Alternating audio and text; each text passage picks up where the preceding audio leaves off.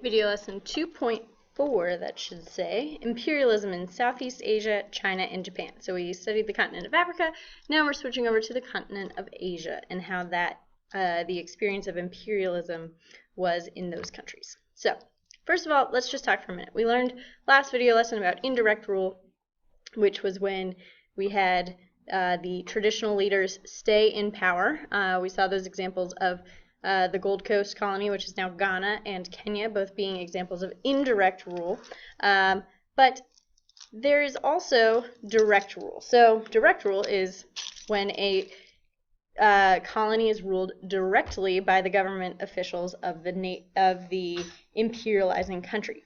So we've seen examples, but I did not call it this. So, for example, the Congolese people were governed by Belgians taking power in the Congo and kicking everybody who was in power out of power and strictly taking it over and ruling in the Congo. So they had direct rule over the people, and the people were much more strictly governed than under indirect rule. So we're going to talk first about indirect rule of another British colony in the British East India Company, and this is probably the best example of indirect rule. So just to give you a little bit of background about India as a British colony.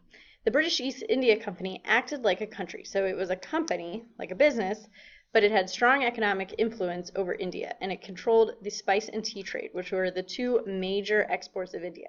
Basically, everyone in the world got their spices and tea from India and China. So we're going to talk about China in a minute, but just for now, this was a very, very profitable, wealthy trading business. The Indians had not capitalized on this trade, but the British had. So they basically controlled all of the ports, all of the trading markets around India, and they were basically the only one to unify this whole tract of land.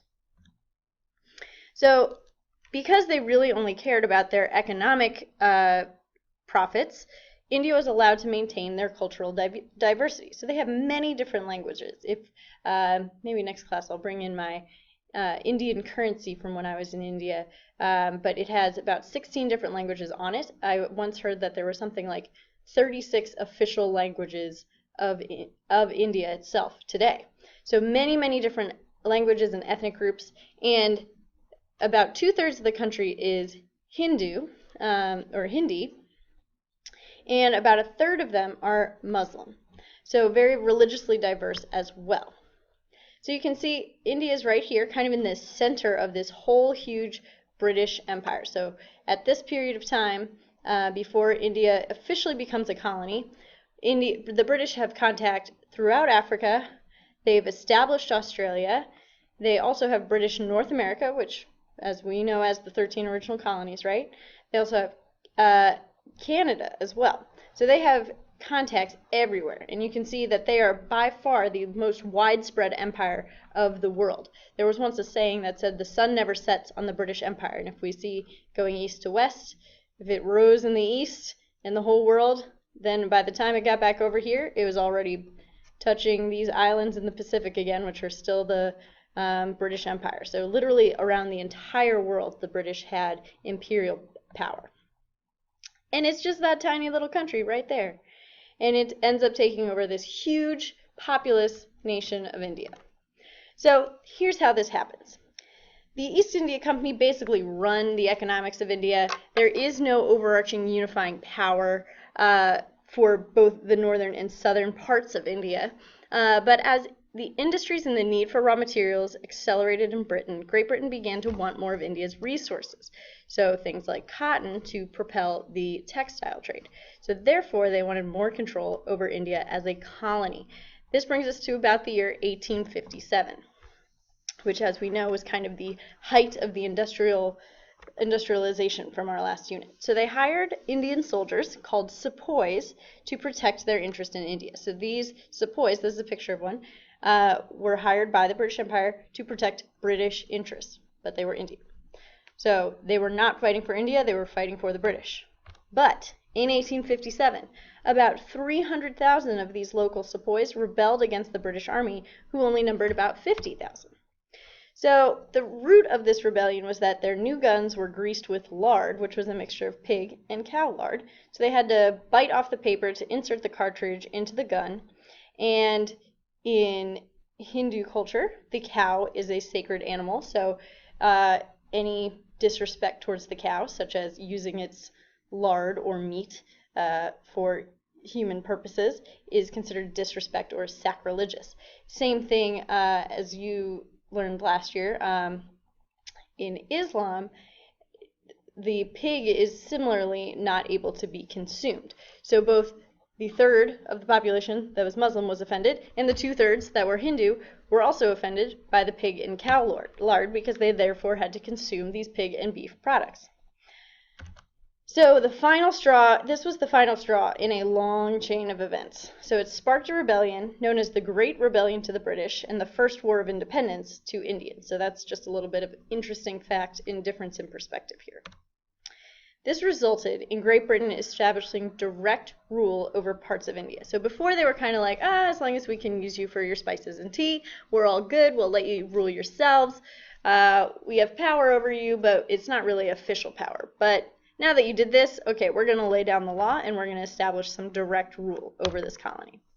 So at this time, India consisted of about 300 million people, which is about the size of the United States today, and Britain was only about 16 million. So even though their population had massively grown in the last 50 or 100 years due to the Industrial Revolution, but it was still only this tiny little mark on the chart here compared to India. So this graph I love because it really shows the direct comparison between the two countries.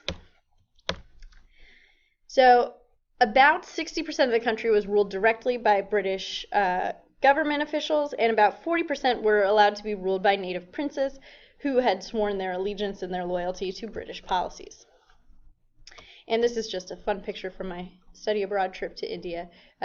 These are gardens of tea, so this is a huge tea plantation. So huge tracts of land were used for the purposes of growing tea and spices.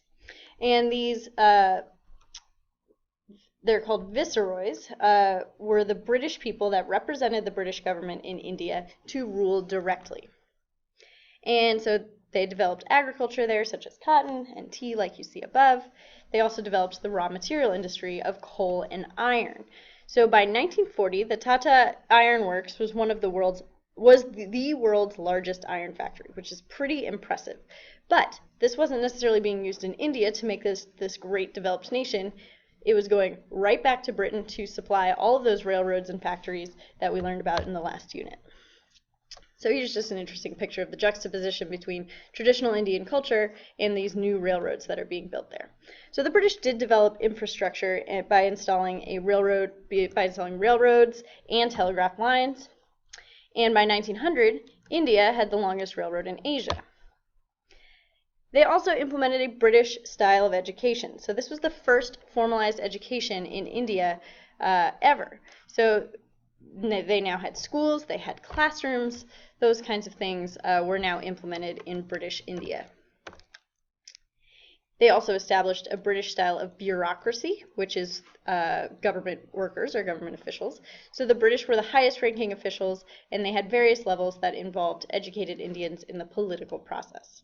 And that is actually how Mahatma Gandhi, became involved in the Indian government through this bureaucracy. So he went and he studied law in Great Britain, and then he came back and he fought for Indians' independence from the British using civil disobedience. So that is why Gandhi is so famous.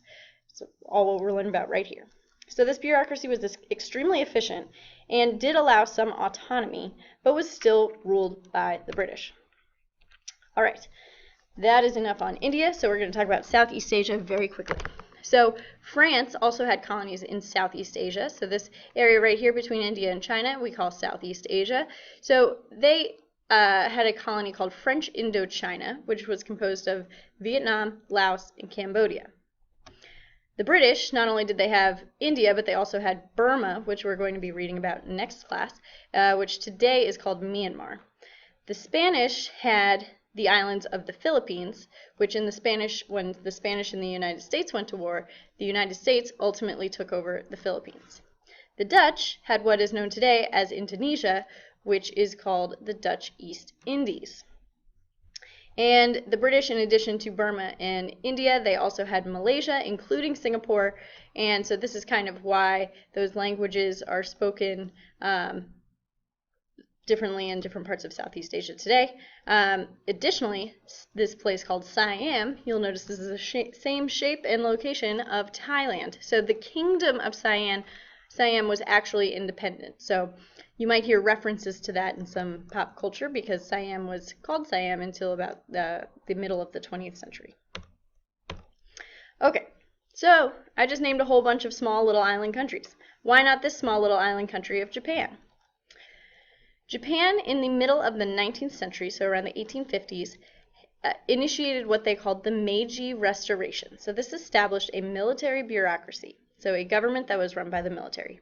And they realized that it needed to industrialize to keep on par with those European powers and prevent being imperialized.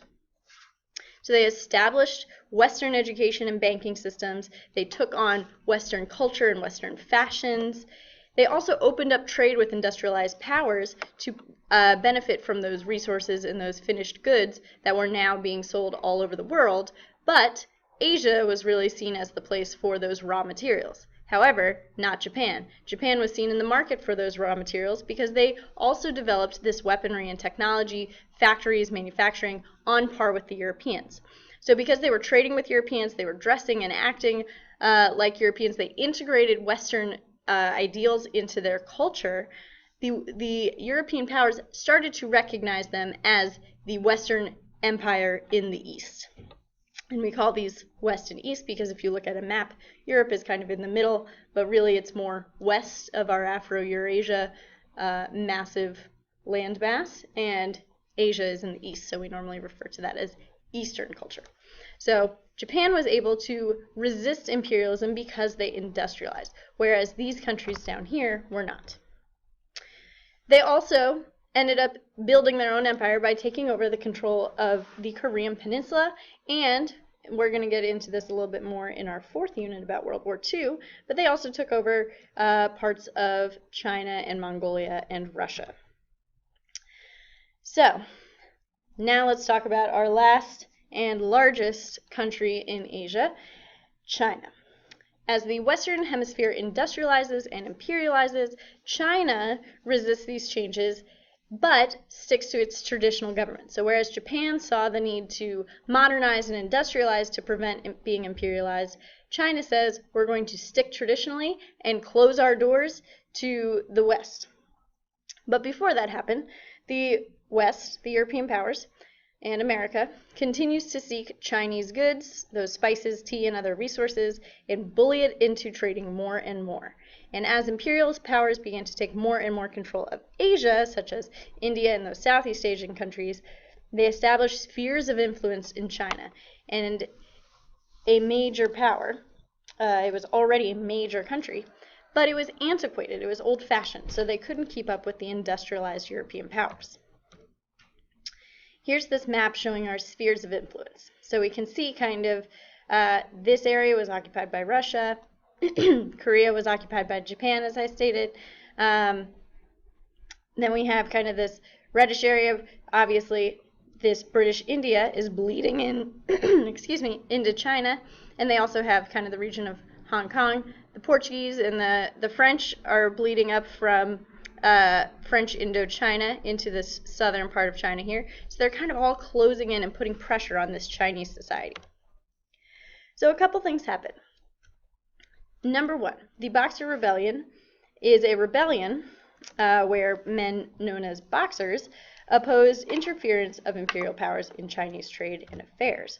So all this drought, which is when a very, very long dry spell, and this disruption of spheres and influence, this led the nationalists, people who were fighting for their country or fighting for their nation, the Boxers declared war on these foreign powers in the name of the Qing dynasty, who was in power in China at the time.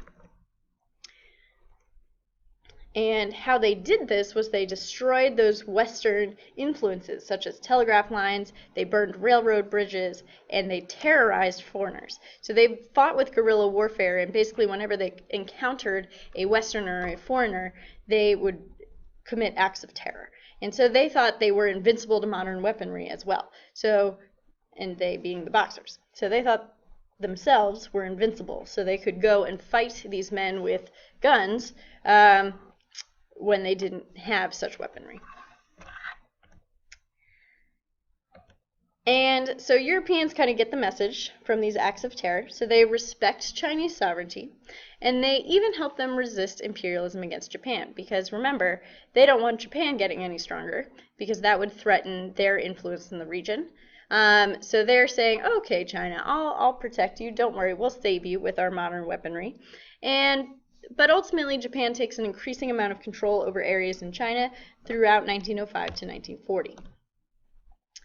So the Qing dynasty is seen as ineffective in ruling China in the modern age. They had to have these imperial powers come in and save the day, basically, and the Boxers were rebelling from the inside.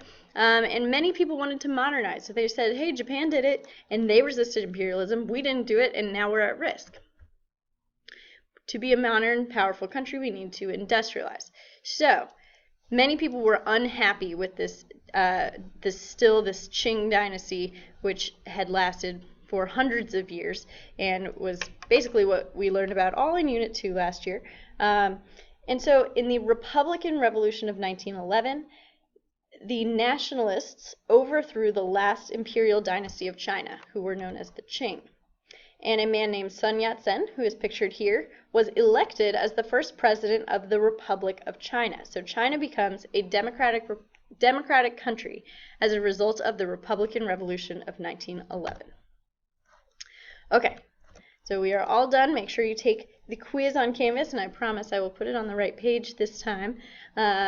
So remember to study for your math quiz as well on Africa next class.